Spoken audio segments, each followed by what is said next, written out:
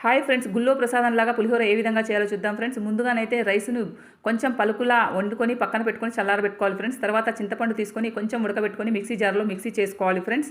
తర్వాత పొయ్యి మీద ప్యాన్ పెట్టుకొని ఆయిల్ వేడి చేసి ఇదైతే రైస్‌లో కలిపేసుకోవాలి ఫ్రెండ్స్. తర్వాత మళ్ళీ ప్యాన్ పెట్టి ఆయిల్ పోసుకొని పల్లీలైతే గోలించుకోవాలి ఫ్రెండ్స్. ఈ గోలించిన పల్లీలనైతే మొత్తం తీసి రైస్‌లో వేసేసుకోవాలి ఫ్రెండ్స్. తర్వాత మిగిలిన ఆయిల్‌లో చాలా టేస్ట్‌గా ఉంటుంది ఫ్రెండ్స్. ఈ విధంగా చేయండి. సేమ్ గుల్లో ప్రసాదం లాగానే ఉంటుంది. తర్వాత మళ్ళీ ఆయిల్‌లో శనగపప్పు, ఎండుమిరపకాయలు వేసి గోలించుకోవాలి ఫ్రెండ్స్. ఇది కొంచెం గోలిన తర్వాత జీలకర్ర, ఆవాలు వేసుకోవాలి ఫ్రెండ్స్. ఇవి కొంచెం చిట్పటమన్న తర్వాత పచ్చిమిరపకాయలు కూడా వేసుకోవాలి ఫ్రెండ్స్. పచ్చిమిరపకాయలు కొంచెం గోలిన తర్వాత పసుపు, కరివేపాకు, అదేవిధంగా అల్లం వెల్లుల్లి పేస్ట్ వేసుకోవాలి ఫ్రెండ్స్. తర్వాత నువ్వు పిండి అయితే కంపల్సరీగా వేసుకోవాలి ఫ్రెండ్స్. దీంతోనే టేస్ట్ అయితే వస్తుంది. కొంచెం జీలకర్ర మెంతుల పొడి కూడా వేసుకోవాలి. కొంచెం సాల్ట్,